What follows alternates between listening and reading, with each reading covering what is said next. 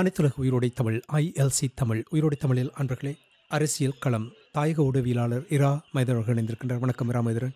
வணக்கம் தான அன்புறவுகளுக்கு முன்னேற வணக்கம். உங்களுக்கும் வணக்கத்தை தெரிவித்துக் கொண்டு இன்றைய அரசியல் கள நிகழ்ச்சியில் பெங்கால் புயல் வடக்கு கிழக்கை புரட்டி போட்டியிருக்கின்றது. வடக்கு கிழக்கு மட்டுமில்லை, இலங்கை தீவையே புரட்டி போட்டிருக்கின்றது இந்த புயல். அதனால் 21,000க்கும் மேற்பட்ட மக்கள் பாதிப்படைந்திருப்பதாக கூறப்படுகின்றது. இந்த புயல் வடக்கு கிழக்கை புரட்டி போட்டிருக்கின்ற நிலைமைகளை எங்களுடைய உறவுகள் கூறுவீர்களா, என்ன நடக்கின்றது? உண்மைதான். உண்மையிலே ஒரு இந்த வங்கக்கடலில் ஏற்பட்ட அந்த குறைந்த காற்றழுத்த தாழ்வு மண்டலம், அது ஒரு காற்றழுத்த தாழ்வு மண்டலமாக வலுப்பெற்று அது பின்னர் ஒரு புயலாக மாறும் என்று எதிர்ப்பு கூறப்பட்ட நிலைமையிலே ஒரு சில நாட்கள் மேலும் ஒரு நீடிக்கக்கூடிய அளவுக்கு அந்த நிலைமை மாறி இருக்குன்னா, அந்த புயல் எதிர்பார்த்ததை விட மிக மெதுவாக ஒரு நகரக்கூடிய ஒரு நிலைமையும் உண்மையிலே அந்த ஒரு காலநிலையில் ஏற்பட்ட ஒரு மாற்றமாக இதுவரை காலம் இவ்வாறான ஒரு இப்போ இன்று வானிலையாளர்களே திணறக்கூடிய அளவுக்கு தான் இந்த பெங்கால் புயலுடைய நிலைமை இருக்கின்றது. ஆரம்பத்திலே அந்த கணிப்புகள் எல்லாமே ஒரு மாறக்கூடிய வகையிலும் அடுத்தது எவ்வாறு இருக்கும் என்பதை கணிக்க முடியாத அளவுக்கு இறுதிக்கணம் வரை ஒரு ஒரு குழப்பத்தை ஏற்படுத்தக்கூடிய வகையில் தான் அந்த ஒரு புயலுடைய அந்த நகர்வு பாதை இருந்தது. ஆரம்பத்தில் இந்த புயல் தொடர்பாக எச்சரிக்கை விடுக்கப்பட்ட போது பெரும்பாலும் கிழக்கு மாகாணம் ஒரு திருவோணமலை ஊடறுத்த அந்த புயல் இலங்கைக்குள்ளாக கரையை கடந்து அது அப்படியே வந்து வடக்கு மாகாணத்தின் ஊடாக முல்லைத்தீவு யாழ்ப்பாணத்தை கடந்து தமிழ்நாட்டின் ஊடாக அந்த புயல் கரையை கடக்கக்கூடிய ஒரு நிலைமை இருப்பதாக ஆரம்பத்தில் கூறப்பட்டது. பின்னர் அந்த நிலைமை அந்த புயல் திருவோணமலைக்கு கிழக்காக அந்த புயல் பல 100 கிலோமீட்டர் தொலைவிலே மையம் கொண்டிருந்த போது அங்கிருந்து திடீரென இந்த கணிப்புகள் எல்லாவற்றையுமே பொய்யாக்கி அது தெற்கு திசை நோக்கி திரும்பி மட்டக்களப்பு பகுதி ஊடாக அந்த புயல் இலங்கைக்குள்ளாகவே ஒரு இலங்கை கரையோரமாக நகரக்கூடிய ஒரு நிலைமைக்கு மாறியது. பின்னர் அதிலிருந்து அவ்வாறு நகர்ந்து இலங்கையினுடைய கிழக்கு மாகாணம் மற்றும் வடக்கு மாகாணத்தின் ஊடாக தரைப்பகுதி ஊடாக நகர்ந்து பாக்கு நீர்ணை ஊடாக தமிழ்நாட்டினுடைய கரைகளின் ஊடாக அது மீண்டும் நிலப்பகுதிக்கு செல்லும் என்று எதிர்பார்க்கப்பட்டது. ஆனால் இப்போ அதற்கு அடுத்ததாக 2வது கட்டமாக மட்டக்களப்பு பகுதி அந்த அம்பாறை அந்த பகுதியிலே அந்த புயல் அண்மித்த போது இலங்கையினுடைய கரையோரமாக அப்படியே அம்பாறை தொடங்கி இலங்கையினுடைய கிழக்கு கரை வழியாக கரையோரமாகவே நகர்ந்து அது அவ்வாறு அப்படியே தமிழ்நாட்டு இல்லை பாண்டிச்சேரி ஊடாக கரையை கடக்கும் என்று கணிப்பிடப்பட்டது. அந்த கணிப்பும் இப்போது ஒரு பொய்யாகி இருக்கின்றது. நேற்று முன்தினம் தகவல்களின் அடிப்படையிலே அந்த புயல் திருவோணமலைக்கும் முல்லைத்தீவுக்கும் இடையாக கிட்டத்தட்ட 210 கிலோமீட்டர் தொலைவிலே கடலிலே மையம் கொண்டிருந்தது. அதற்கு முன்னர் சுமார் ஒரு 3 கிலோமீட்டர் வேகத்திலே நகர்ந்து வந்த அந்த புயல் சடுதியாக 1.2 கிலோமீட்டர் வேகமாக அதனுடைய வேகத்தை குறைத்திருந்ததாகவும் இதன் காரணமாக புயலுடைய நகர்வு என்பது மிக மந்த கதியிலே இருக்கின்றது. ஆகவே அந்த மந்த கதியிலே இருக்கிற காரணத்தினால் அதைவிட மிக குழப்பமாக இருப்பதாக வானிலையாக தெரிவித்தார்கள். அது அடுத்த கட்டம் அது எவ்வாறு எந்த திசை நோக்கி செல்ல போகின்றது ஒரு குழப்பகரமான பயணத்தை அந்த புயல் ஏற்படுத்தியதன் காரணமாக அடுத்து எவ்வாறு என்பதை கணிக்க முடியாத ஒரு நிலைமை இருந்தது. இது அதைவிட மிக மெதுவாக அந்த புயல் நகர்ந்து கொண்டிருக்கின்ற காரணத்தினால் அது எதிர்பார்த்ததை விட ஏற்கனவே இலங்கையிலே இப்போது கல்வி பொதுத்தராதர உயர்தர பரீட்சை ஆரம்பித்திருந்தது. இந்த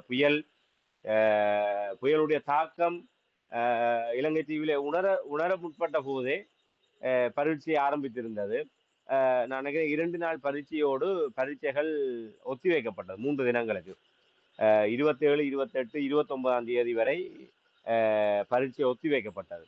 ஆனால் இன்னும் அந்த புயலுடைய தாக்கம், மழையினுடைய தாக்கம் இன்னும் குறைவடையாத நிலைமையிலே மீண்டும் மேலும் 4ஆம் தேதி வரை பரீட்சை 2வது தடவையாக உயர்தர பரீட்சை ஒத்திவைக்கப்பட்டிருக்கின்றது.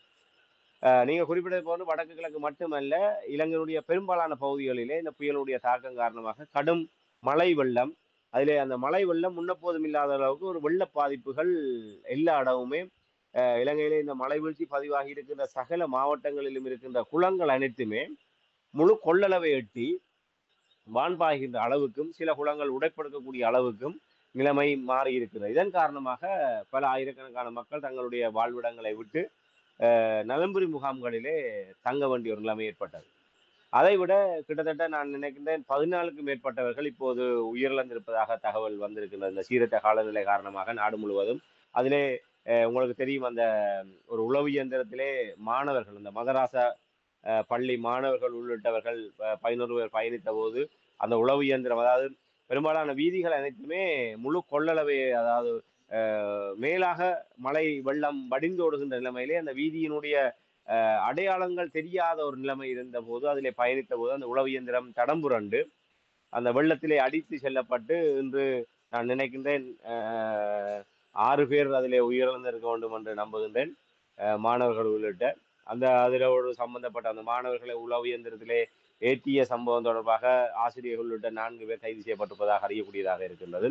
அவை இவ்வாறு இந்த அனர்த்தங்களிலே மண் சரிவு உள்ளிட்ட இவ்வாறு வெள்ளத்திலே மூழ்கி உயிரிழந்தவர்கள் அடிப்படையில் கிட்டத்தட்ட 14க்கும் மேற்பட்டவர்கள் உயிரிழந்திருக்கின்றார்கள். பல ஆயிரக்கணக்கானவர்கள் பாதிக்கப்பட்டிருக்கின்றார்கள். ஆகவே அந்த புயல் மிகப்பெரிய ஒரு பாதிப்பை, குறிப்பாக கிழக்கு மாகாணத்திலும் அம்பாறையின் ஊடாக அது பிரவேசித்து அம்பாறை மட்டக்களப்பிலே உண்மையிலே கூறுகின்றார்கள் 72ஆம் ஆண்டு நினைக்கின்றேன் இதே போன்ற ஒரு பாரிய புயல் மட்டக்களப்பு மாவட்டத்தின் ஊடாக கரையை கடந்த போது அப்போது 1000 பேர் உயிரிழந்து, என்னால் 72ஆம் ஆண்டு அந்த காலப்பகுதியிலே முன்னெச்சரிக்கை நடவடிக்கைகள், அரச கட்டமைப்புகள், கட்டுமானங்கள் எல்லாமே ஒரு மிக ஒரு பலகீனமாக இப்போது இருந்ததை விட அப்போதைய நிலைமை என்பது மிக இருந்த காரணத்தால் கிட்டத்தட்ட 1000க்கும் மேற்பட்டவர்கள் உயிரிழந்து பல லட்சக்கணக்கான மக்கள் அந்த சொத்துகள் அழிந்து பாதிக்கப்பட்ட நிலைமையெல்லாம் போது அந்த தகவல்களூடாக நாங்கள் பார்க்கக்கூடியதாக இருக்கின்றது. அதற்கு பின்னராக கிழக்கு மாகாணம் சந்தித்த ஒரு மிகப்பெரிய ஒரு பேரிடராக இந்த பெங்கால் புயலுடைய தாக்கத்தை கிழக்கு மாகாணத்தில் உணரக்கூடியதாக இருக்கு, அங்கிருந்து வருகின்ற தகவல்கள் மூலம் அறியக்கூடியதாக இருக்கின்றது. அதே போன்று வடக்கு மாகாணத்திலும் குறிப்பாக முல்லைத்தீவு மாவட்டம் மிகப்பெரிய ஒரு அனர்த்தத்தை சந்தித்திருக்கின்றது. முல்லைத்தீவு மாவட்டத்திலே அந்த வட்டுவாகல் பாலம் அடையாளம் தெரியாத அளவுக்கு வெள்ளம் நிறைந்து ஓடுகின்றது. அதேபோன்று பல கிளிநொச்சி மாவட்டத்தில் வீரணைமட குளம் உள்ளிட்ட பல குளம், வவுனியாவிலே பல குளங்கள் நிரம்பி வான் பாய்ந்து சில அடி உயரத்துக்கு வான் பாயக்கூடிய ஒரு நிலைமைகள் இருக்கின்றது. ஆகவே அந்த குளங்கள் வடமாகாணத்திலே குளங்கள் அதிகமாக இருக்கின்ற அந்த குளங்கள் நிரம்பி வான் பாய்ந்து அங்கே மதகுகள் திறக்கப்படுகின்ற ஒரு நிலைமையிலே அந்த அந்த அணைக்கட்டுகள் குளங்களை சுற்றி இருக்கின்ற தாழ்வான நிலப்பகுதியில் இருக்கின்ற மக்களை பெரும்பாலான இன்னல்களுக்கு முகம் கொடுக்கக்கூடிய ஒரு நிலைமை இருக்கின்றது. ஆக இதன் காரணமாக பல பாதிப்புகள் ஏற்பட்டிருக்கின்றது. அதைவிட வடமராட்சி பகுதியை யாழ்ப்பாணத்தை எடுத்துக்கொண்டால் இப்போ யாழ்ப்பாணத்திலே வடமராட்சி கிழக்கு பிரதேசம் எப்போதுமே அந்த கடல் அனர்த்தங்களுக்கு நேரடியாக முகம் கொடுக்கக்கூடிய பகுதிகளாக இருக்கின்றன. ஏனைய இடங்கள் மழை வீழ்ச்சி நேரடியாக மழை வீழ்ச்சியினால் ஏற்படுகின்ற வெள்ள நீரினால் தான் அங்கே ஏனைய பிரதேசங்களிலே அவ்வாறான பாதிப்புகள் சந்திக்கக்கூடிய நிலைமை இருக்கின்றது. ஆனால் முல்லைத்தீவை கடந்து முல்லைத்தீவு முடிந்ததற்கு பிற்பாடுகளை பார்த்தால் வடமராட்சி கிழக்கு, அதே போன்று வடமராட்சி பிரதேசம், இந்த பகுதிகள் பெரும்பாலான புயல்கள் கிழக்கு பிராந்தியத்தில் இருந்து வருகை வந்து ஒன்று கிழக்கு மாகாணத்தை கடந்து வடக்கு மாகாணத்துக்கு ஊடாக செல்லும், இல்லை பருத்தித்துறை வழியாக தமிழ்நாட்டுடைய கடலூர் போன்ற பகுதிகளுக்கு ஊடாக அந்த புயலுடைய நகர்வு பாதுவே இருக்கும். ஆகவே அந்த புயல் இந்த வழித்தடங்களிலே பெரும்பாலும் வருகின்ற போது பெரும்பாலும் வடமராட்சி கிழக்கில் இருந்து வடமராட்சி வடக்கு கடல் பிரதேசங்கள், வடமராட்சி முழுமையாகவே அந்த கடல் அலைகளினால் ஒன்று மழை வெள்ள பாதிப்பு, அதோடு கடற்கரை பிரதேசங்கள் கடல் அலைகளினால் பாதிப்புகளை சந்திக்கக்கூடிய, அதனால் சேதங்கள் உயிர் சேதங்களையும் பகுதிகள் கட்டுமான சேதங்களை ஏற்படுத்தக்கூடிய நிலைமைகளை கடந்த காலங்களிலும் ஒவ்வொரு வருடமும் இந்த காலப்பகுதியிலே அவ்வாறான இன்னல்களுக்கு இந்த வடமராட்சி பிரதேசம் தொடர்ந்து முகம் கொடுத்து வருகின்றது.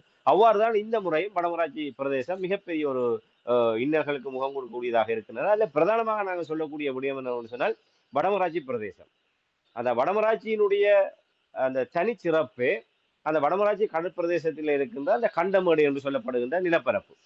அதாவது பல தசாப்தங்களுக்கு முன்னர் எங்களுடைய வரலாற்று அறிதலுக்கு முற்பட்ட காலத்தில் ஒரு நிலப்பரப்பாக இருந்து பின்னர் கடலினுடைய ஆக்கிரமிப்பால் அந்த பகுதியில் கடல்கள் மூழ்கிய அடிப்படையில் அங்கே ஒரு நிலம் கிட்டத்தட்ட ஒரு 100 அடி 150 அடி தூரத்துக்கு ஒரு ஆழங்குறைவான ஒரு நிலப்பரப்பொன்று கற்களாலான நிலப்பரப்பு கடலுக்குள் இருக்கின்றது. அதனுடைய முடிவிலே முருகைக்கற்பாறைகள் காணப்படுகின்றது. அதுதான் வடமராட்சியினுடைய அந்த ஒரு தனிச்சிறப்பு. அதாவது அந்த கண்டமடை அது ஒரு முருகைக்கற்பாறைகள் ஒரு சில அடி 100 அடி தூரத்தில் இருந்தாலும் அந்த கண்டமடை பரப்பு என்பது கிட்டத்தட்ட ஒரு கணிசமான தூரம் வடமராட்சி பகுதியிலே இருக்கின்றது. வடமராட்சி கிழக்கு என்பது அங்கே கற்பாறைகள் முழுவதுமாக மணல் பிரதேசம். கடல் அலை நேரடியாகவே கரையை தொடுகின்ற நிலைமை இருக்கின்றது. வடமராட்சி பருத்தித்துறையிலிருந்து மாதகள் வரை இந்த பகுதியை நாங்கள் பார்த்தோமானால் அந்த முருகைக்கற்பாறை என்பது கடலுடைய வேகத்தை தடுத்து நிறுத்தக்கூடிய ஒரு கட்டமைப்பாக இருக்கின்றது. இதன் காரணமாக அந்த கரையோர பகுதி ஒரு பாதுகாக்கக்கூடிய ஒரு நிலைமை இருந்தது. அவ்வாறு அந்த கண்டமடை என்பது மீன் உற்பத்தியிலும் அது ஒரு தனிச்சிறப்பை பெற்றதாக இருக்கின்றது. அந்த கண்டமடை அந்த அந்த இலங்கையினுடைய வடக்கு பகுதியினுடைய உச்சி நிலப்பரப்பை கடந்து கடலுக்குள் ஒரு நிலப்பரப்பு இருக்கின்றது. அதுதான் கண்டமடை என்று சொல்லப்படுகின்றது. அதிலே ஆழங்குறைந்த கற்பாறைகள் நிறைந்து இருக்கின்ற காரணத்தினால் அந்த மீன்கள் பெரும்பாலானவை அந்த பகுதிக்கு வருகை தந்து அங்குதான் அவர்கள் இனப்பெருக்கம் செய்யக்கூடிய ஒரு ஏது நிலை இருக்கின்றது. ஆழம் குறைந்தது, அதற்கேற்ற தட்பவெட்ப நிலைமை, அதற்கேற்றவாறு அந்த பாசிகள், அந்த இருள் சூழ்ந்த பிரதேசம், ஆகவே இவை அனைத்துமே மீன்கள் இனப்பெருக்கம் செய்வதற்கு ஏதுவான ஒரு சூழல் இந்த வடமராட்சி கடற்பிரதேசத்தில் இந்த கண்டமடை அமைப்புள்ள அந்த கடல் பிரதேசத்தில் தான் அது நிறைவாக இருக்கின்றது. ஆகவே அந்த பிரதேசம் என்பது இப்போது பெரிய ஒரு அச்சுறுத்தலுக்குள்ளாகி இருக்கின்றது. ஏற்கனவே 2004ஆம் ஆண்டு ஏற்பட்ட சுனாமி அனர்த்தத்துக்கு முன்னர் இந்த வடமராட்சி பிரதேசத்தை நீங்கள் பார்த்தீர்களானால் வடமராட்சி பிரதேசத்திலே 14 கடற்தொழில் சங்கங்கள் இருக்கின்றன. அந்த 14 கடற்தொழில் சங்கங்களுக்கும் ஒவ்வொரு இறங்குதுறை இருக்கின்றது. அவர்கள் அந்த தங்களுடைய மீன்பிடி துறைமுகத்தில் இருந்து கடலுக்கு மீன்பிடிக்க செல்கின்ற போது அவர்கள் கடலுக்குள் செல்வதற்கும் கடலிலிருந்து மீண்டும் துறைமுகத்துக்கு வருவதற்கு இறங்குதுறைக்கு வருவதற்குமாக ஒரு வான் என்று சொல்லப்படுகின்ற அந்த இறங்குதுறை அமைப்பு ஒவ்வொரு மீன்பிடி துறையிலும் இருக்கின்றது. அதை அவர்கள் அந்த அவர்களுடைய படகுகளாக இருக்கட்டும், கட்டுமரங்களாக இருக்கட்டும், அவர்கள் தங்களுடைய அந்த இறங்குதுறை பகுதியிலே அதை நிறுத்தி வைக்கின்ற போது அந்த முருகைக்கற்பாறைகள்லாம் அவர்களுக்கான ஒரு பாதுகாப்பறனாக இருந்தது. அது இயற்கையாகவே அந்த முருகைக்கற்பாறைகள் அந்த இடத்திலே அமைந்து கடல் அலைகளுடைய சீற்றம் இந்த உள்பகுதி அவருடைய இறங்குதுறைக்கு வராத வகையிலே அது தடுக்கப்பட்டிருந்தது. இதன் காரணமாக படகுகள் பாதுகாப்பாக நிறுத்தி வைப்பதற்கு அவர்களுக்கு உரிய ஒரு வாய்ப்பு இருந்தது. ஆனால் சுனாமி அனர்த்தத்துக்கு பிற்பாடு இந்த வடமராட்சி பிரதேசத்தில் இருக்கின்ற அந்த முருகைக்கற்பாறைகள் அனைத்துமே பெயர் தெரியப்பட்டு முற்றாகவே சிதைவடைந்திருக்கின்றது. ஆகவே அதற்கு பின்னர் இந்த கடற்தொழில் பிரதேசங்களில் எல்லாம் ஒவ்வொரு தடவையும் இந்த புயல் எச்சரிக்கை வருகின்ற போதெல்லாம் கடல் அலைகள் ஆர்ப்பரித்து வருகின்ற போது அவர்கள் படகுகளை எல்லாம் தங்களுடைய கடலில் இருந்து அப்புறப்படுத்தி அதை வீதிக்கும் இல்லை அந்த கரையினுடைய மற்ற பகுதிகளுக்கும் அதை கொண்டு வந்து அவர்கள் சிரமப்படக்கூடிய நிலைமை. இந்த கடலிலே அந்த படகுகளை நிறுத்துகின்ற போது கடல் கொந்தளிப்புகள் ஏற்படுகின்ற போது படகு ஒன்றோடு ஒன்று அடிபடுவதற்கும் இல்லை படகுக்குள் நீர் நிரம்பி அந்த படகு கடலிலே மூழ்குவதற்கும் பெரும்பாலான வாய்ப்புகள் இருக்கின்றது. ஆகவே தங்களுடைய கடல் உபகரணங்கள் மீன்பிடி உபகரணங்களை பாதுகாப்பதற்காக ஒவ்வொரு தடவையும் புயல் வருகின்ற போது அவர்கள் அந்த தங்களுடைய கடல் தொழில் சார்ந்த உபகரணங்களை பாதுகாப்பான இடங்களுக்கு நகர்த்தக்கூடிய ஒரு அவலத்துக்கு அவர்கள் முகம் கொடுக்க வேண்டியதாக இருந்தது. முன்னர் அப்படி அல்ல. முன்னர் எந்த பெரிய ஒரு அனர்த்தம் ஆக ஒரு பேரனர்த்தம் வரக்கூடிய ஒரு சூழ்நிலைகள் ஏற்பட்டால் மட்டும்தான் இவ்வாறு அவர்கள் தங்களுடைய கடல் கலங்களை பாதுகாப்பான இடங்களுக்கு நகர்த்த. இது ஒவ்வொரு தடவையும் இவ்வாறான புயல் எச்சரிக்கைகள் வருகின்ற போதெல்லாம் அவர்கள் தங்களுடைய இரவோடு இரவாக அந்த கடல் கலங்களை உபகரணங்களை பாதுகாப்பான இடங்களுக்கு மாற்றுகின்ற ஒரு நிலைமை இருக்கின்றது. இதற்கெல்லாம் காரணம் அந்த முருகைக்கற்பாறைகளுடைய சிதைவு. இதை சீரமைப்பதற்கு கடந்த பல வருடங்களாகவே தொடர்ச்சியாக மீனவர்கள் சார்பிலே தொடர்ச்சியாக பல சம்பந்தப்பட்ட அமைச்சராக இருக்கட்டும் இல்லை அரச தரப்பினர் அவர்களுக்கெல்லாம் கோரிக்கை விடுக்கப்பட்ட போது இந்த இதை கடலோர பாதுகாப்பு திணைக்களம் என்ற ஒன்று இந்த ஆயுதங்கள் மௌனிக்கப்பட்டதற்கு பிற்பாடு பல திணைக்களங்கள் இந்த தமிழர்களுடைய தாயக பிரதேசத்திலே அதிக தலையீட்டை செய்து சட்டம் ஒழுங்கென்ற அடிப்படையிலே அவர்கள் அந்த விடயங்களிலே எங்களுடைய வளமையான செயல்பாடுகளுக்கு ஒரு பாதிப்பை ஏற்படுத்தக்கூடிய நிலைவரம் காணப்படுகின்றது. அந்த வகையில் இந்த கடலோர பாதுகாப்பு திணைக்களம் கடல் வளங்களை பாதுகாப்பதற்கான ஒரு திணைக்களம். அது மனிதர்களையும் மனித உணர்வுகளையும் மனிதர்களுடைய வாழ்வாதாரத்தையும் அவர்கள் இதுவரை காலம் எப்படி இருந்தார்கள் என்பதையெல்லாம் முற்றாக நிராகரித்து தங்களுடைய சட்ட புத்தகங்களிலே இருக்கிற விடயங்களை மட்டுமே செய்யக்கூடிய ஒரு ஒரு சர்வதிகாரத்தன்மை கொண்ட ஈவிரக்கமற்ற இல்லை ஒரு நெகிழ்வுத்தன்மையற்ற ஒரு கட்டமைப்பாகத்தான் இந்த கடலோர பாதுகாப்பு திணைக்களம் இருக்கின்றது. அதிலே இருக்கின்ற எங்களுடைய உத்தியோகத்தர்களும் தங்களுடைய பதவி நிமித்தமாக அதை பாதுகாப்பதற்காக அந்த மக்களுடைய கோரிக்கைகளையும் மக்களுடைய நிலைமைகளையும் மேலிடங்களுக்கு எடுத்து சென்று இதற்கேற்றவாறு ஒரு நெகிழ்வுத்தன்மையோடு இந்த விடயங்களை செய்வதற்கு அவர்கள் எந்தவித வழிவகைகளையும் செய்யாது தங்களுடைய பதவிகளை தக்க வைப்பதற்காகவே அந்த சட்ட புத்தகத்தில் இருப்பதை அப்படியே நடைமுறைப்படுத்தி எங்களுடைய கடத்தொழில் மக்களை வஞ்சித்து வருகிறார்கள். இதன் காரணமாக உண்மையிலே அந்த வான்களை மீளமைப்பதும் அந்த முருகைக்கற்பாறைகளை அகழ்ந்து எடுத்து இன்னொரு இடத்துக்கு கொண்டு செல்கின்ற விடயம் அல்ல. இவைகள் பவளப்பாறை பிரச்சனை என்பது பவளப்பாறைகள் சிதைவடைந்து விடுவது. பவளப்பாறை என்பது கரையோர பகுதியில் இருப்பதில்லை. அது பவளப்பாறை என்பது அங்காலே கடல் பகுதியிலே இருக்கின்றது. அந்த முருகைக்கற்பாறையும் அந்த கண்டமேடையினுடைய ஒரு பகுதியாக இருக்கின்றது. அதை பெயர்த்தெடுத்து அவர்கள் வேறு சீமெந்து தொழிற்சாலைக்கு சுண்ணக்கல்களை கொண்டு செல்வதை போன்று அவர்கள் வேறு எங்கு கொண்டு போய் எதுவும் செய்ய போவதில்லை. அதே கடலிலே மீள ஒழுங்குபடுத்த போகின்றார்கள். இதை முன்னர் கடத்தொழில் அமைச்சராக இருந்த சிங்களவர்கள் புரிந்து கொள்ளவில்லை என்று சொன்னால் இதற்கு முன்னர் கடத்தொழில் அமைச்சராக இந்த டக்ளஸ் தேவானந்தாவும் அதை புரிந்து கொள்ளவில்லை. அதற்கு இந்த நடவடிக்கைகளையும் எடுக்கவில்லை. அதற்கான அனுமதிகளை பெற்றுக் கொடுக்கவில்லை. ஆக ஒரு சில இடங்கள்லாம் விதிவிலக்காக தங்களுடைய முயற்சியின் பெயரால் அவர்கள் கருங்கற்களை அந்த பகுதியிலே கொண்டு வந்து அந்த முருகக்கற்பாறைகள் அவ்வாறு இருக்க அங்கே கருங்கற்களை கொண்டு வந்து போட்டு அவர்கள் தங்களுக்கான ஒரு பாதுகாப்பு ஏற்பாடுகளை செய்வதற்கு கூட இவர்கள் அனுமதிப்பதில்லை. ஏன்னா அது அங்கே கடல் அமைப்பை சிதைத்து விடும் என்று. எது முக்கியம் என்ற ஒன்று கடற்தொழிலாளர்களுக்கான கடல் தொழில் உபகரணங்களையும் அவர்களுடைய வாழ்வாதாரத்தை பாதுகாப்பதற்கு அந்த அணைக்கட்டுகள் முக்கியம். அதோடு இலங்கையுடைய வடக்கு கரையை கடல் அரிப்பிலிருந்து தடுக்க வேண்டுமாக இருந்தால் அந்த முருகக்கற்பாறைகள் என்பது சீரமைக்கப்பட வேண்டும். அது முதலாவது அலை தாங்கி அந்த கடலுடைய அழுத்தத்தையும் அந்த அலைகளுடைய சீற்றத்தையும் தனித்து மிக சுமூகமாக அந்த அலைகள் அந்த கரையை வந்தடைவதற்கான முதல் ஒரு தடுப்பு அரணாகத்தான் அது இருக்கின்றது. ஆகவே அதை சீரமைக்க வேண்டியது முதல் கடமை. ஒரு புவியியல் பௌதிக ரீதியான அமைப்பையும் இந்த வடமராட்சி கடலுடைய தனித்துவத்தையும் உணர்ந்தவர்களினால் தான் இதை புரிந்து கொள்ள முடியும். வெறுமனே நியமனங்களின் ஊடாக இல்லை அரசாங்கத்துக்கு அடிவரடிகளாக செயல்படுவதற்காக அமைச்சு பதவிகளையும் அதிகாரிகளாகவும் பொறுப்புகளுக்கு வருபவர்கள் நிச்சயமாக இதை புரிந்து கொள்ள முடியாது. நீண்ட காலமாகவே இந்த வடமராட்சி மக்கள் சகல பாராளுமன்ற உறுப்பினர்களிடமும் சகல தரப்பினரிடமும் அரச தரப்பினரிடம் கோரிக்கை வைத்து வைத்து களைத்து போய்விட்டார்கள். இன்று நாங்கள் 2024ஆம் ஆண்டு இந்த பெங்கால் புயல் வருகின்ற போது அதனுடைய உச்சத்தன்மையை நாங்கள் பார்க்கக்கூடியதாக இருந்தது. அந்த வடமராட்சி கடல் பிரதேசத்திலே பல இடங்கள் கடல் அரிப்பினால் அந்த தரைப்பகுதியினுடைய முடிவிலே எங்களுடைய கடற்கரை வீதி பிரதான வீதி இருக்கின்றது. பருத்தித்துறை பொன்னாலை வீதியினுடைய அந்த அது அந்த கடல் முடிவும் தரையினுடைய தொடக்கமும் அந்த பிரதான வீதி தான் அமைந்திருக்கின்றது. ஆக அந்த வீதி அந்த அணைக்கட்டின் ஒரு வடக்கு பக்கமாக அணைக்கட்டும் தெற்கு பக்கமாக குடியிருப்புகளுமாகத்தான் அந்த பிரதான வீதியினுடைய அமைப்பு இருக்கின்றது. ஆக இந்த முருகைக்கற்பாறைகள் சிதைவடைந்த காரணத்தினால் இந்த பெங்கால் புயலுடைய தாக்கத்தால் கடல் இப்போது கூட கடல் மிகப்பெரிய ஒரு கொந்தளிப்பான நிலைமையிலே இருக்கின்றது. 2-3 தினங்களுக்கு முன்னர் கடல் மிகப்பெரிய ஒரு வடமராட்சி பிரதேசத்திலே ஒரு மினி சூறாவளி என்று சொல்லக்கூடிய அளவுக்கு காற்றினுடைய வேகம் பலமாக இருந்தது. அவை காற்றினுடைய வேகம் பலமாக இருந்த போது கடலும் கொந்தளிப்பு ஆக்ரோஷமாக இருந்தது. அவை கடல் கொந்தளிக்கின்ற ஒவ்வொரு சந்தர்ப்பத்திலும் அதனுடைய முழு அழுத்தமும் அந்த கரைப்பகுதியில் இருக்கின்ற அந்த அணைக்கட்டத்தை தான் தாக்கும். இதன் காரணமாக அந்த அணைக்கட்டு மிகப்பெரிய ஒரு சேதத்தை சந்தித்திருக்கின்றது. பல இடங்களிலே அது ஏற்கனவே உடைந்து எப்போது வேணுமென்றாலும் கடலுக்குள் இடிந்து விடலாம் என்கிற கட்டத்தில் தான் இருக்கின்றது.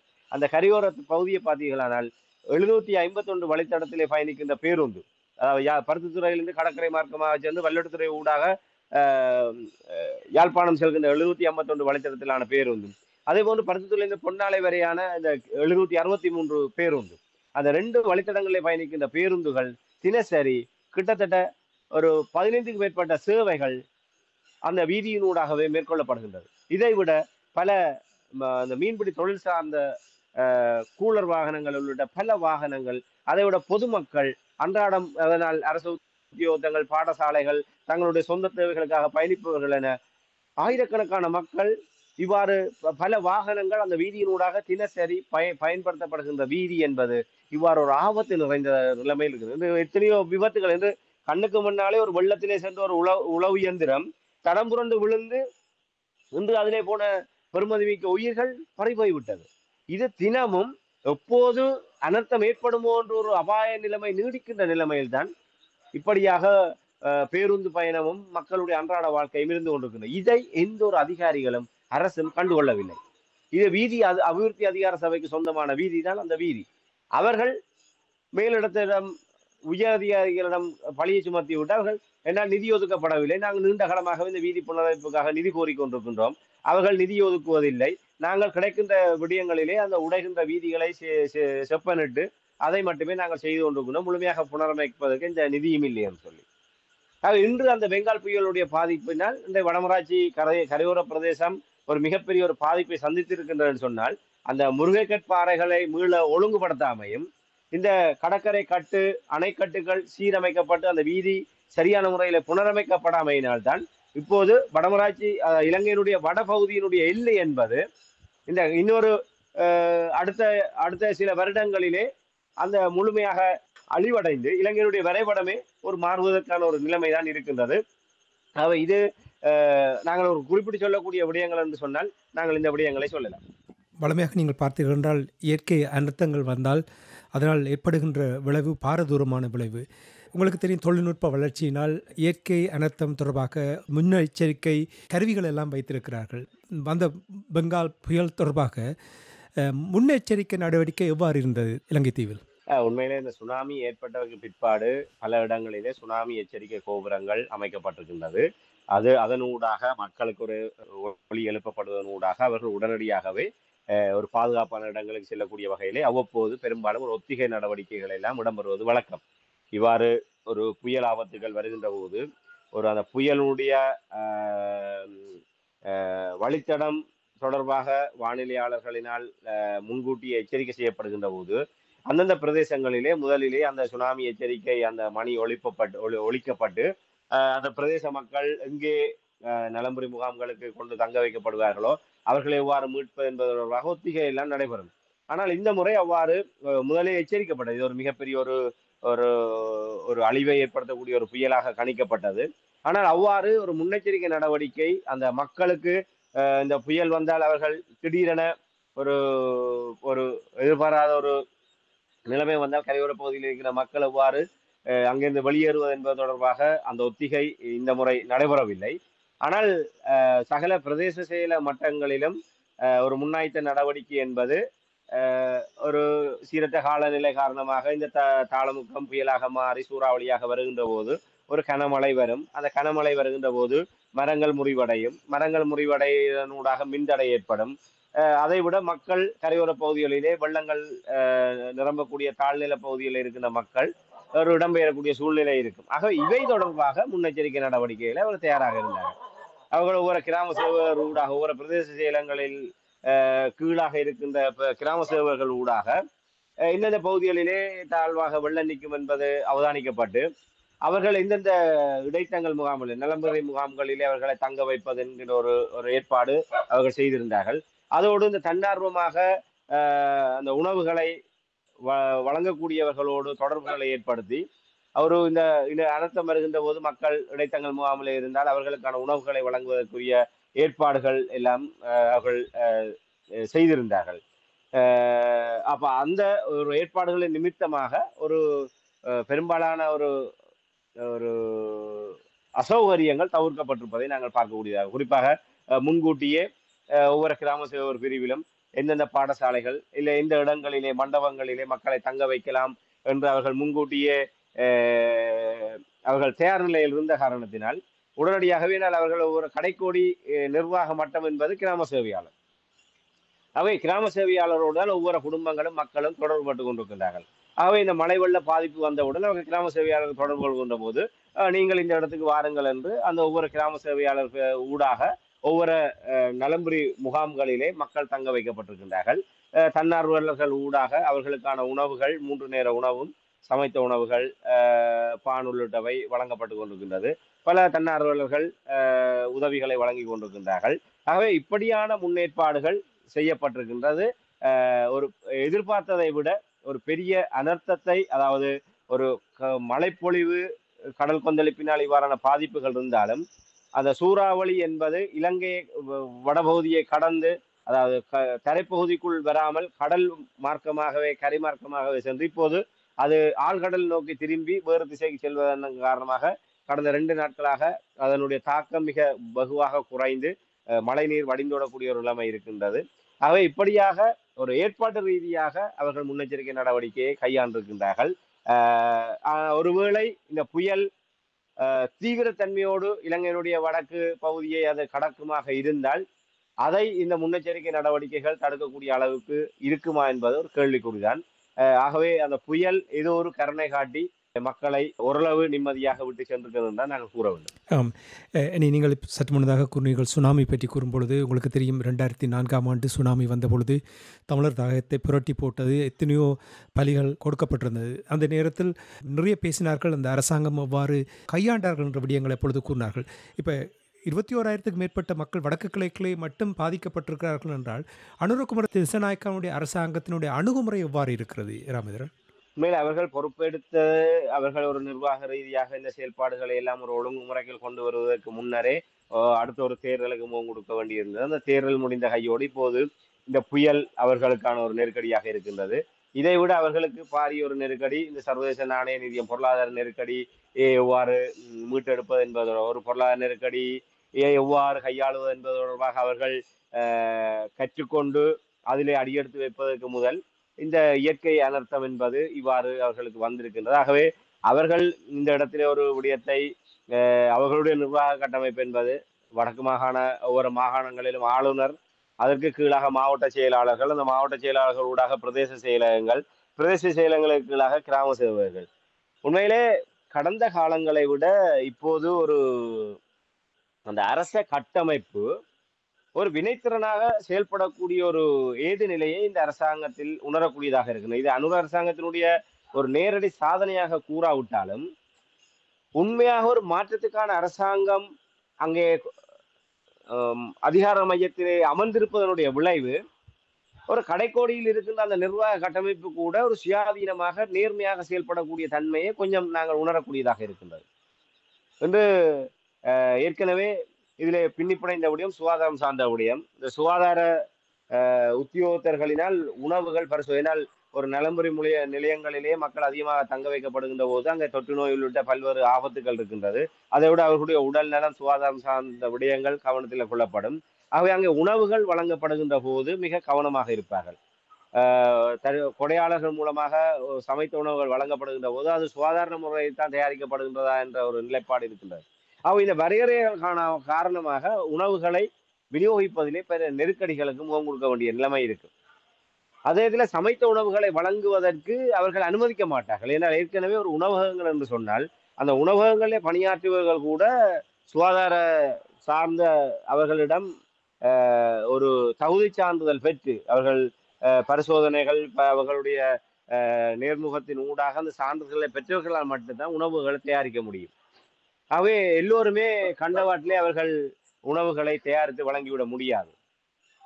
இப்போது அனுர அரசாங்கம் அதுக்கான ஒரு தடையை விலக்கி அறியக்கூடிய, அதாவது சமைத்த உணவுகளை இவ்வாறு நலம்புரி நிலையங்களில் இருப்பவர்களுக்கு வழங்குவதற்குரிய நடவடிக்கைகளை எடுக்குமாறு அரசாங்க தரப்பிலே பகிரங்கமாக ஒரு அறிவிப்பு விடுக்கப்பட்டிருந்தது. அதைவிட இந்த நிர்வாக ரீதியாக எல்லோருமே ஓரளவு சுயாதீனத்தன்மையோடு செயல்படக்கூடிய ஒரு நிலைமையும் நாங்கள் அவதானிக்கக்கூடியதாக. இது அனுர அரசாங்கத்தினுடைய நடவடிக்கைகள் அனைத்துமே ஒரு அணுகுமுறை சரியான ஒரு அதிகார மையத்தில் இருப்பவர்கள் ஒரு சரியான ஒரு நிலைப்பாட்டை எடுக்கின்ற போது அதனுடைய அடிமட்ட நிர்வாக கட்டமைப்புகள் சுயாதீனத்தன்மையோடு இயங்குகின்ற போது அது ஒரு வினைத்திறனாக செயல்படக்கூடிய ஒரு நிலைமை இருக்கின்றது. அதை இந்த இடத்திலே நாங்கள் ஒரு பார்க்கக்கூடியதாக இருக்கின்றது. அதே ஒரு விடயத்தை நாங்கள் குறிப்பிட வேண்டும்.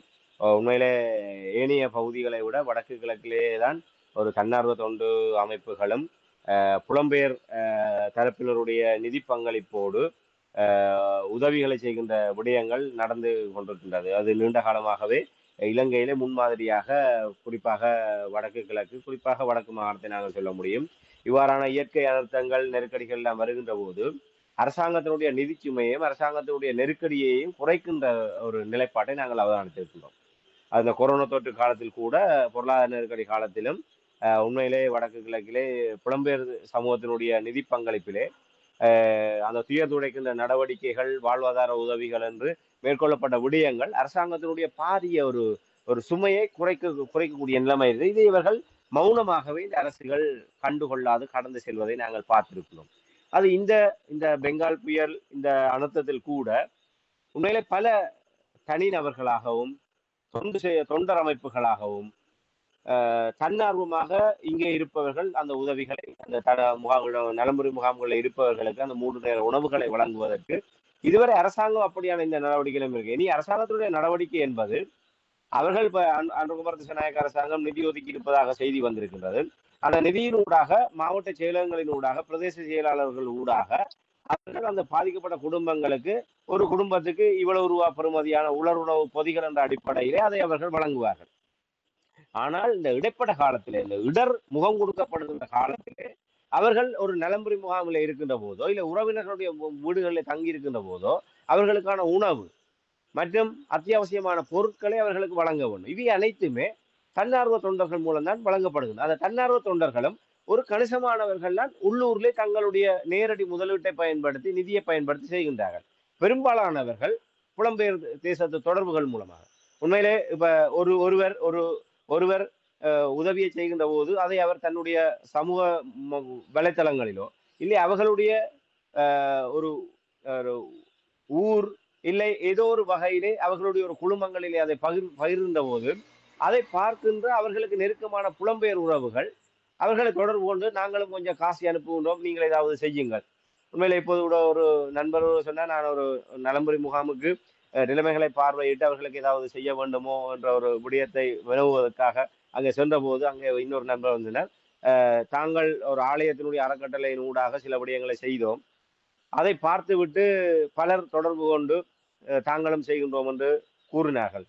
அந்த உதவியை கொடுத்து விட்டு வெளியே வருகின்ற போது ஒருவர் வீதியால் வந்தவர் பார்த்துவிட்டு 10,000 ரூபாய் பணத்தை கையிலே கொடுத்து விட்டு இதற்கு ஏதாவது செய்யுங்கள், நீங்கள் விருப்பப்பட்ட உதவியை செய்யுங்கள் என்று கூறிவிட்டு போய் சென்று விட்டார் என்று. ஆகவே அங்கே தொடங்குவதுதான் பிரச்சனை. ஒரு ஆள் தொடங்குகின்ற போது அதை வலுப்படுத்துவதற்கு நிச்சயமாக புலம்பெயர் உதவிகளான் இருக்கின்றது. உண்மையிலே இந்த இடத்திலே நாங்கள் எங்களுடைய ஐஎல்சி உயிரோடை தமிழ் உறவுகளுக்கு கூட நாங்கள் ஒரு அன்பான ஒரு கோரிக்கையை முன்வைக்க முடியும். உங்களால் முடிந்த ஐஎல்சி உயிரோடை தமிழ் ஊடாக இவ்வாறு பாதிக்கப்பட்ட மக்களுக்கு உங்களால் முடிந்த உதவியை செய்வதற்கு விருப்பமுள்ள தயார குணம் கொண்ட எங்களுடைய உறவுகள் நிச்சயமாக ஐஎல்சியை தொடர்பு கொண்டு அவர்களூடாக நிதி உதவியை அனுப்பினால் அவற்றை நேர்மையாக பாதிக்கப்பட்ட மக்களுக்கு வழங்குவதற்கு நாங்கள் தயாராக இருக்கின்றோம். ஆகவே இந்த நிகழ்ச்சியை கேட்டுக்கொண்டிருக்கின்ற எங்களுடைய அன்பு உறவுகள் ஐஎல்சி உயிரோடை தமிழ் ஊடாக தாயகத்திலே இந்த வெள்ள இடரினால் பாதிக்கப்பட்ட மக்களுக்கு உங்களாலான உதவியை செய்ய முடிந்தால் செய்யுங்கள். அதை நாங்கள் நிச்சயமாக நேர்மையாக செயல்படுத்தி அதை உங்களுக்கு நாங்கள் தெரியப்படுத்த கடமைப்பட்டிருக்கின்றோம். அதை நிச்சயமாக செய்வோம். ஆகவே மக்கள் என்னால் புலம்பெயர் தளத்தில் இருக்கின்ற நீளுகின்ற கரங்கள் தான் இங்கே தாயகத்தில் இருப்பவர்களுக்கான மிகப்பெரிய ஒரு ஆறுதலாகவும் அத்திவாரமாக இருக்கின்றது. அங்கே ஒரு $5 $10 என்ற கணக்கிலே நாங்கள் அங்கே பார்க்கின்ற போது அதை இங்கே பார்க்கின்ற போது அது பல ஆயிரங்களாக இங்கே பார்க்கின்ற போது அதன் மூலமாக பல குடும்பங்களுக்கு நாங்கள் ஒரு நேர உணவையோ இல்லை அவர்களுக்கு தேவையான விடயங்களை செய்ய முடியும். ஆனால் அங்கே அந்த $5 என்றால் அது நிச்சயமாக அதனுடைய ஒரு பெறுமதி என்பது அதனூடாக நாங்கள் அடைய போகின்ற பலன் என்பது சிறியதாக இருக்கும். ஆனால் அதே இலங்கை ரூபாவிலே நாங்கள் பார்க்கின்ற போது அது இப்படியான இடர்கால பகுதிகளிலே ஒரு மக்களுக்கு சாதாரணமாக இப்போதைய நிலைமையிலே ஒரு மழை காலம் ஒரு நுழம்புகளுடைய தாக்கம் இருக்கின்றது, பாதிப்பு இருக்கின்றது. ஒவ்வொரு குடும்பத்துக்கு ஒரு நுழம்புதிரி பெட்டி வாங்குவதாக இருந்தாலும் கிட்டத்தட்ட 200 ரூபாவிலிருந்து 350 ரூபா வரை ஒவ்வொரு வகையான நுழம்புத்திரிகள் இருக்கின்றது. ஆகவே அந்த நுழம்புத்திரி பெட்டியை வாங்குவதாக இருந்தால் கூட அவர்களுக்கு அவ்வாறான ஒரு நெருக்கடி இருக்கின்றது. ஒரு ஒரு ஒரு ஒரு நுழம்புத்திரியிலே ஒரு 10 நாளுக்கு தேவையான 10 சுருள்கள் உள்ளடக்கியதாக ஒரு 250 ரூபாயிலிருந்து 350 ரூபா வரை தேவைப்படும். ஒரு மெழுகுவர்த்தியை வேண்டுவதாக இருந்தால் ஒரு சாதாரண ஒரு மெழுகுவர்த்தி 10 ரூபா. அந்த மெழுகுவர்த்தி நிச்சயமாக ஒரு மணி நேரம் கூட தாக்கு பிடிக்காது. ஒரு 60 ரூபாவுக்கு ஒரு மெழுகுவர்த்தி இருக்குது, 50 ரூபாயிலிருந்து 60 ரூபா வரை ஒரு நடுத்தர அளவிலான ஒரு மெழுகுவர்த்தி இருக்கு. அந்த மெழுகுவர்த்தியை கொளுத்தினா ஒரு 2 மணத்தியாலம் 3 மணத்தியாலங்கள் ஒளி கொடுக்கக்கூடிய நிலைமை இருக்கின்றது. அதை சிந்தித்து பாருங்கள். ஒவ்வொரு சாதாரணமாக இப்போது இந்த மழை இடர்களினால் பாதிக்கப்பட்டு முக்கியமாக கரையோர பகுதியில் இருக்கிற மக்கள் ஏற்கனவே இந்த சீரற்ற காலநிலை உள்ளிட்ட நிலைகளினால் அவர்கள் வாழ்வாதாரம் பாதிக்கப்பட்டு கடத்தொழில் நடவடிக்கை முற்றாக பாதிக்கப்பட்டிருக்கின்றது. இப்போது இந்த புயல் அழுத்தம் காரணமாக அவர்கள் தங்களுடைய தொழிலினால் கரையோர பகுதியில் கடல் கொந்தளிப்பு காரணமாக அவர்கள் அங்கே இருக்கவும் முடியாது, தொழிலும் செய்ய முடியாது. அவர்கள் உறவினர்கள் வீடுகளிலும் நலம்புரி நிலையங்களிலும் தங்கி இருக்கின்ற போது அவர்களுடைய வாழ்வாதாரம் என்பது பாதிக்கப்பட்டிருக்கின்றது. ஆகவே அவர்களுக்கு வழங்கப்படுகின்ற இப்படியான உதவி என்பது நிச்சயமாக அவர்களுக்கு மிகப்பெரிய ஒரு ஆறுதலையும் ஒரு மீட்சியையும் கொடுக்கக்கூடியதாக இருக்கும். ஆகவே அந்த புலம்பெயர் தேசத்திலிருந்து வருகின்ற உதவிகள் என்பது எப்போதும் இலக்கற்ற முறையில் நாங்கள் ஏற்கனவே பேசி இருக்கின்றோம். அந்த புலம்பெயர் முதலீடுகள், புலம்பெயர் உதவிகள் என்பது ஒரு இலக்கு நோக்கியதாக சமூகத்தை கை கொடுத்து உயர்த்தி விடுவதாக இருக்க வேண்டும். அவ்வாறு எங்களுடைய இப்போது இந்த பெங்கால் புயல் அழுத்தத்தினால் நெருக்கடிக்குள்ளாக இருக்கின்ற எங்களுடைய சமூகத்தை கை கொடுத்து உயர்த்துவதற்கு எங்களுடைய உறவுகள் முன் வருவார்களாக இருந்தால் அதை நாங்கள் இங்கே செயல்படுத்த தயாராக இருக்கின்றோம் என்பதை இந்த இடத்திலே நாங்கள் ஒரு வேண்டுகோளாக பதிவு செய்கின்றோம். ராமேந்திரன், கடந்த அனர்த்தங்கள் வரும்பொழுது உயிரோடை தமிழ் உறவுகள் ஆயிரக்கணக்கான நிதி உதவியை வழங்கியது எனக்கு நல்ல ஞாபகம் இருக்கின்ற. அவர்களுக்கு நன்றி கடனோடு நாங்கள் அவர்களுடைய விருப்பத்தின் பால் செயல்பட்டிருக்கின்றோம். குறிப்பாக தமிழைடு நிறுவன ஒரு பதிவு செய்யப்பட்ட தொண்டு நிறுவனம் அவர்களிடம் காசை அனுப்பும் பொழுது அவர்களை இப்போ எந்த இடத்துக்கு போக வேண்டும் என்று சொன்னால் அந்த இடத்துக்கு உங்களுக்கு அந்த காசை அனுப்பி நிச்சயமாக அதற்கான உதவியை வழங்குவார். இப்போ நீங்கள் கூறும் பொழுது நான் யோசித்தேன், நீங்கள் கரையோர பகுதிகள் இருப்பவர்களுக்கு இன்னும் ஆபத்தான ஒரு நிலைமை இருக்கின்றது இல்லையா ராமேந்திரன்? அங்கே பாரிய இந்த காற்றினால், இந்த புயலினால் கரையோர பக்கம் மக்கள்லாம் மிகவும் பாதிக்கப்பட்டிருப்பார்கள் நம்புகிறேன். அப்படி நாங்கள் கருதுவது தவறா? நிச்சயமாக. இப்போ வடமராட்சி நாங்கள் குறிப்பிட்டதை போன்று வடமராட்சி பகுதியை எடுத்துக்கொண்டால் இப்போ 2 நாட்களாக நேற்று முன்தினம் ஓரளவு மழையினுடைய தாக்கம் குறைவடைந்திருக்கின்றது. கடல் ஒரு கொந்தளிப்பு, காற்றின் வேகம் அவ்வப்போது ஒரு அதிகரித்த நிலைமை இருக்கின்றது. ஆகவே மழை குறைந்து வெள்ள நீர் வடிந்ததன் காரணமாக இப்போ அரசாங்கத்தினுடைய ஒரு ஏற்பாட்டின் அடிப்படையிலே ஒரு 3 நாட்கள் இந்த நலம்புரி நிலையங்களிலே மக்களை தங்க வைப்பதற்கான ஏற்பாடுகளை அவர்கள் பார்த்திருந்தார்கள். அவை வெள்ளம் படிந்து ஒரு இயல்பு நிலை வந்ததுக்கு பிற்பாடு அவர்கள் வீடு திரும்ப அனுமதிக்கப்படுவார்கள். அந்த வகையிலே பெரும்பாலும் நேற்றைய தினம் நலம்புரி நிலையங்கள் இருந்த மக்கள் அவர்களுடைய வீடுகளுக்கு செல்வதற்கு அனுமதிக்க அடுத்த கட்டம் பாடசாலைகள் இயங்க வேண்டும் என்ற அடிப்படையிலும் தொடர்ச்சியாக அவர்களை அங்கே வைத்து அவர்களுக்கான விடயங்களை பார்ப்பது என்பது ஒரு இயலாத ஒரு மழை பெய்து கொண்டிருக்கின்றது, அந்த இடர் நீடித்து கொண்டிருக்கின்றது சொன்னால் அவர்கள் அதை நீடிப்பார்கள். ஆனால் ஒரு நிலைமைகள் தணிந்ததன் காரணமாக அவர் ஆனால் அவர்கள் வீடுகளுக்கு சென்றாலும் இந்த கரையோர பகுதியிலே இப்போது கடல் கொந்தளிப்பாக இருக்கின்றது. மீண்டும் அடுத்த ஒரு புயல் 16ஆம் தேதி உருவாகி 23ஆம் தேதி வரை அது ஒரு அச்சுறுத்தக்கூடிய நிலைமை இருப்பதாக சொல்லப்படுகின்றது. ஆகவே ஏனையவர்களை போன்று அல்லாமல் கரையோர பகுதியில் இருப்பவர்கள் மீண்டும் அவர்கள் தொழில் நடவடிக்கையை மேற்கொண்டு அதன் மூலமாக வருமானத்தை விட்டு தங்களுடைய வாழ்வாதாரத்தை பார்க்கக்கூடிய அளவுக்கு நிலைமைகள் இல்லை. அவர்கள் மேலும் பல நாட்களுக்கு அவர்களுக்கு ஒரு உதவி தேவைப்படுகின்ற ஒரு நிலைமை இருக்கின்றது. கரையோர பகுதிகளிலே வீடுகளுக்குள் வெள்ளம் புகுந்தவர்கள் அந்த வெள்ள நீர் வடிந்து ஒரு தங்களுடைய அந்த வெள்ள நீர் சென்ற காரணத்தினால் அவர்களுடைய அநேகமான வீட்டு உபகரணங்கள் அனைத்துமே சேதமடைந்திருக்கும். அவர் உடனடியாக போய் தங்களுடைய சமையல் அன்றாட நடவடிக்கைகளை மேற்கொள்ளக்கூடிய அளவுக்கு நிலைமைகள் இருக்குமா என்றால் தெரியாது. தொடர்ச்சியாக சில நாட்களுக்கு அவர்களுக்கு சமைத்த உணவுகளோ இல்லை அவர்களுக்கு ஒரு உலருணவு பொதிகளையோ வழங்குவதற்கான தேவைகள் அடுத்து வருகின்ற நாட்களிலே மிக அதிகமாக இருக்கின்றது. ஏனையவர்களை விட இந்த கடற்தொழில் சார்ந்தவர்களுக்கு இருக்கின்றது. அந்த கடலுடைய சீற்றம் காரணமாக கடலிலே இப்போதைக்கு அவர்கள் இறங்கி தங்களுக்கு வருமானத்தை தேட முடியாதவர்களாக இருக்கின்றனர். ஆகவே வடமராட்சி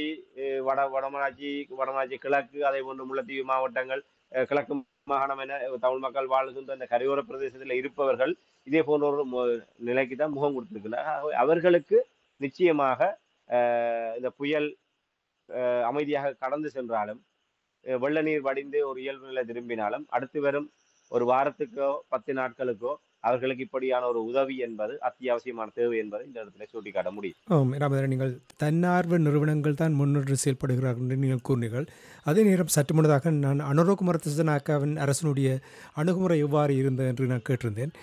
தமிழர் தரப்பினுடைய அணுகுமுறை எவ்வாறு இருக்கின்றது என்று கூறுவீர்களா?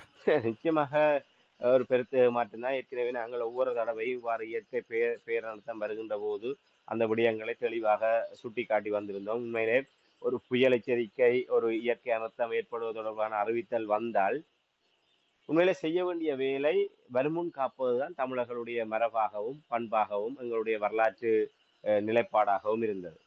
அதுதான் எங்களுடைய அனுபவமாகவும் இருக்க வேண்டும். ஒரு ஒரு விடயம் வருகின்றது என்று சொன்னால் அதற்கு முன்னரே நாங்கள் அதை பாதுகாப்பதற்கு தடுப்பதற்குரிய நடவடிக்கைகளை மேற்கொள்ள வேண்டும். எங்களுடைய தமிழ் தேசிய அரசியல் பரப்பில் அவ்வாறான பண்புகள் எவையுமே இல்லை.